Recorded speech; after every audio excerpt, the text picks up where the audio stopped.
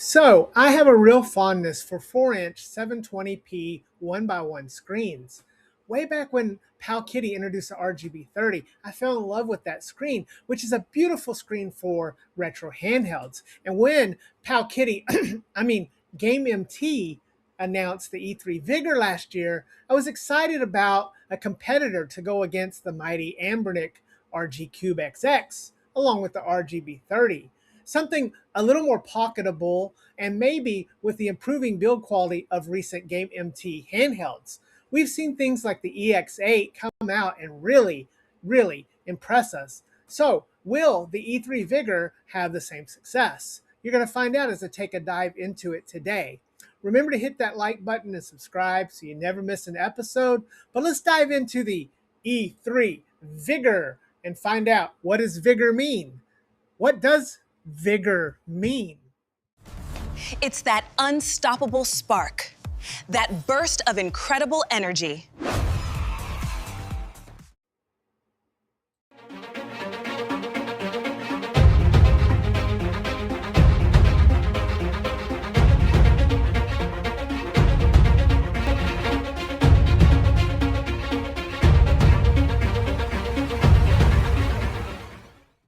So, GameMT, do you have that spark? Do you have that vigor? Let's find out.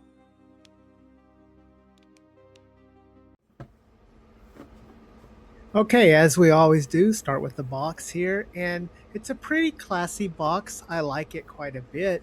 It has an image of the console on the front, and it's very minimalist, which I think is very attractive looking. It does have the Game MT and also the E3 Vigor, but there's not a whole lot going on here. It's really very minimalist at best. And upon looking at the rest of the box and inspecting it, we find that there's not really much more going on here. There's a little bit of the name, but that's about it. So let's get this out of the box and get our hands on going. So first hands on this, and as you can see here, it does have a nice thin form factor to it, which is something I think that is very favorable here. I really found it to be quite nice to hold in the hands, and GameMT has been improving their overall look and feel of it as they've developed over time. And this continues the tradition here with a form factor that is both svelte and thin, but also feels pretty good for a $60 device. The plastic feels pretty nice here. As always, let's start testing the buttons. And yes, we have those same buttons we've found on recent ones, including the E5 Ultra, when we first saw these buttons, and most recently the EX8. And these buttons are nice, large, independent. They're a little bit clicky, a little bit on the loud side. If you're looking for quiet, these are not those. But I like these buttons. I think they've done a good job with the buttons overall. Moving to the D-pad, and we have another nice surprise here. As you can see, we have the D-pad from the E5 Ultra, and this is the best D-pad that I think that GameMT has put out. Now, on the EX8, it's a little bit different. I actually prefer this one, which is a Sega style overall. I think it's a much better overall D-pad. The pivot on it is really good. It feels nice. It's got a nice size to it, and I like the combination of the purple that they went with the buttons and the D-pad. Moving on to the sticks, and well, this is a $60 and under device, so I guess you can forgive them a little bit that they didn't use the awesome Genful sticks that they've been using on the EX5 and the EX8. But for the E3 Vigor, why was this not EX3? I don't know. They do have the Switch style sticks, and they're fine. They work good enough, satisfactory to what you would expect. They have a nice distance to them. I didn't run into any sort of really cardinal snapping, although I didn't test it real heavily, but it does seem to be good basic Switch style sticks. Yes, we still have the Y and the K on there, and then on the side we have an E button, which is like a menu button, and we have our power button, which is nice in size. On the other side we have our plus and minus for the volume rocker. This gives it a nice svelte sort of scene to it. You can see on the bottom here we just have our speaker holes. So nothing on the bottom. The sides are pretty minimalistic, which is nice for this to give it a nice thin sort of form factor to hold. Along the top, we do have inline shoulders, and these are nice.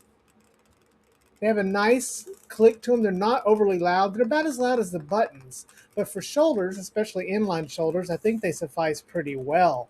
We do have our USB-C port here, a headphone jack, and then we have one single TF card slot. And again, the star of this is that 720 by 720 screen that's at a 1-to-1 ratio. So, of course, this comes a long time after the RGB30 and what I would consider to be the best 1-to-1 4-inch screen on the market, Anbernic's Cube XX. And so you can see them here side by side as I show them next to each other.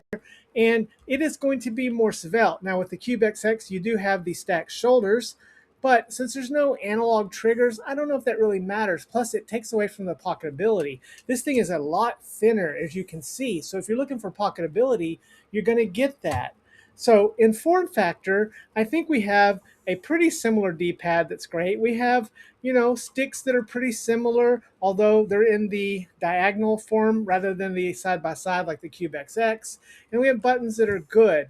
I'd say overall, the build quality of it is pretty close to Anbernic, although not quite there, giving Anbernic just a little bit of the edge, although it is beefier, bulkier, and probably just, more comfortable to hold. But this isn't so bad to hold. But let's get this thing booted up and talk about turning it on and what we discovered. All right, so booting up and turning this thing on, you do have the power button on the left side. And I was really curious because we still don't quite have the exact CPU that's in this. There is some possibilities of different CPUs. We do know it has an A7 core, which is a much older core, so it's not something like the 3326, which has the A53 cores. But as I boot up here, you can see it goes in straight into a familiar interface, one that we've seen on other handhelds like the J3, whatever that vertical handheld we reviewed a while back was.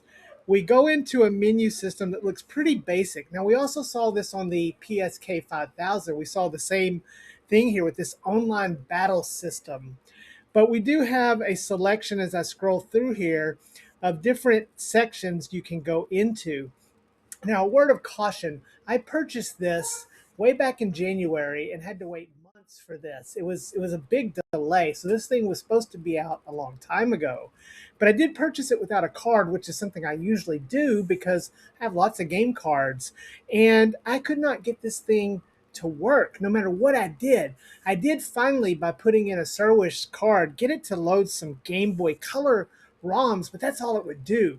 I spent weeks trying to get this thing, because I've had this for about a month now, trying to get ROMs loaded on this. And then today I got another handheld in we're going to review, and that card also has the same sort of system, and it came with games. So I put that card in here, and lo and behold, we now have games. So we can go through here and see this. This is an Android interface, and I know this because if you hit the volume up button, as you can see here, it does go into the Android interface here, but this thing is super locked down. I could not find a way. Now, I did not try to ADB in this or anything like that, and there may be ways to get around this, but for the average user, this thing is so locked down.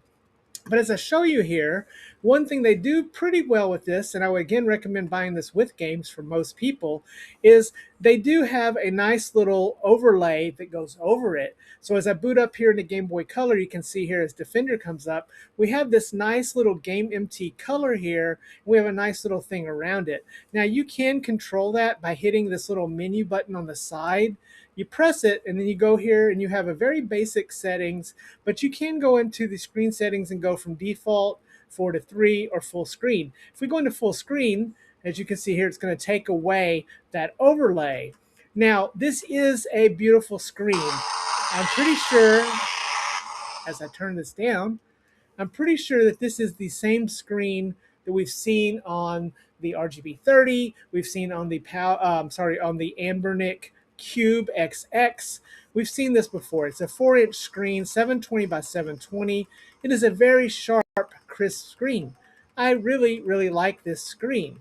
And as you can see here, as I play some Game Boy Color, this D-pad is pretty good. I like it quite a bit. The sound on this is for a budget handheld, a little disappointing. As I turn it up here, just listen. Even though Defender doesn't have the best of sounds, listen to this.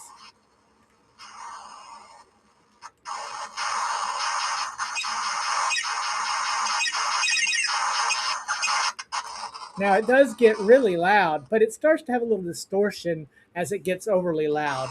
I think it may be a mono speaker, even though there's two speaker holes at the bottom. But being bottom firing, I think you want to leave it a little down and not really maximize the sound. Going through here and playing the list of games, it's obvious that they do have this set up to play something like PSP. Now, PSP on a one-to-one screen is not something that I really would recommend. I don't think it's something that looks really great on a one-to-one screen. And this CPU, well, man, I don't know if it's really the best CPU for PSP, and most of these are PSP mini games. Now, trying to run something like God of War on this is really not going to work. It's not going to run it very well. So I would say that this is not quite at the level of a Rockchip 3566. It's somewhere below that. It's an older CPU. It's probably a CPU that in 2014 might have been mid-tier to maybe even upper mid-tier, but it's not going to match what we're used to seeing in a Rockchip 3566. And so yeah, it's going to run PSP, but not great. So you're really limited to PlayStation games and below with this. But you can see here, PSP just doesn't look right on a one-to-one screen. It's really a 16:9 system. And for most games, 16:9 should remain in a 16:9 or even a 3-to-2 ratio. This one-to-one just is not very favorable. But again, where this does look great is something in like Game Boy and Game Boy Color, or something like Nintendo and Super Nintendo, which are more aligned with this sort of screen ratio. Now, the online gameplay here, this does have Wi-Fi. I was able to get Wi-Fi set up. As you can see here, the settings are very limited. This is not a touch screen. You really can't do much except check for an upgrade, which there wasn't an upgrade. And it's just a lockdown system that really, if you buy this without games, you're going to run into a whole lot of problems. So again, hopefully you got this with your games, because it just isn't easy to add games to. Now, I'm going to go ahead and open this thing up. We're going to explore inside and see if we can find out what CPU is in this. So we'll be right back and take a look at that. Hey guys, sorry after the video, but I wanted to share this with you. I used to think that 3D printed grips were the best, and I still like a lot of them, but my God, lately I've gone crazy with these TPU grips that Aliexpress has provided me. I wanted to share with you guys because if you hit the link in the code below, you can get a bunch of these yourselves. I've got these for all of my handhelds, and they make them have better grips, like my Pocket S Mini here, which now has an even better ergonomics with the grip on the back. They go on easily. We've even got one here for the 477V here, if you like it vertical. We want to thank AliExpress for being a partner with us and always sharing with us these wonderful items and codes so you guys can participate as well. I'm going to try a few of these on as I show here, a bunch of different handhelds, but these are really nice, high quality at a really good, decent price. They go on pretty easy. Look how clear that is. Just look how nice that is. And you can just easily pop the handheld into it like a glove right there. And now look, my 477V just has a nice coating of protected on it. It feels better. It's gripped. I've got one here for the Mangmi that I'm looking forward to. And we even got one for the Pocket Air Mini. Again, hit the link down there below if you want to grab some of these. We want to thank AliExpress again. Also, check out our new link for JP fans where you can order stuff directly from Japan. Back to the show. Now, you want to have the right tool to do this. So I have this really nice set here from Chardon. You can find on AliExpress or Amazon, something like this. I'll leave a link below. But you always want to make sure you have the right tool for this. One thing I like about this is it does have a light here. And so I do like that I can do the light to get it in there. But let's get this little guy open and let's find out, because I'm very curious as to what the CPU is in here. I have seen some reports of it being a MediaTek CPU, something that would have been In 2013, one of the budget, cell phone carriers, one of their like premier handsets. And so it could be something like that. But luckily, we only have 4 little screws here, as you can see, to get this open. And hopefully this thing will come apart pretty easily. Get these screws out of here. Got a couple of stubborn screws that didn't want to come all the way out.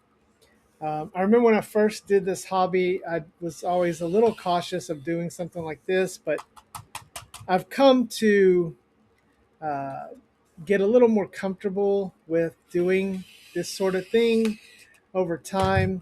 And the manufacturers have really gotten a whole lot better as well with improving their overall process with these build qualities and making these things easy to access and repair, which for their workers, I'm sure also is a benefit. And yes, this feels like this back cover. It's going to come off pretty easily.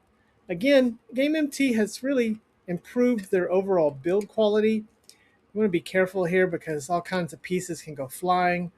But as I pull that out, you can see that the battery here is connected, and I don't immediately see a CPU, so it's probably hiding. And it is dual speakers, so look at that. It is dual speakers, but under this battery, which is probably taped on here, because I'm not seeing the CPU. I was hoping it'd be visible as soon as I did this, but it's not really clearly in there anywhere. It could be on the whole other side, and I do not like when they do that. But you can see pretty good triggers here and everything. But let's get this battery lifted up. And I have a nice little nifty tool here that I use to get it lifted up. It is taped. I can feel the tape underneath. Now, you don't really want the battery sitting on the CPU, so I don't know if it's under here or not. But, yep, there comes that tape. It is a 5,000 milliamp hour battery.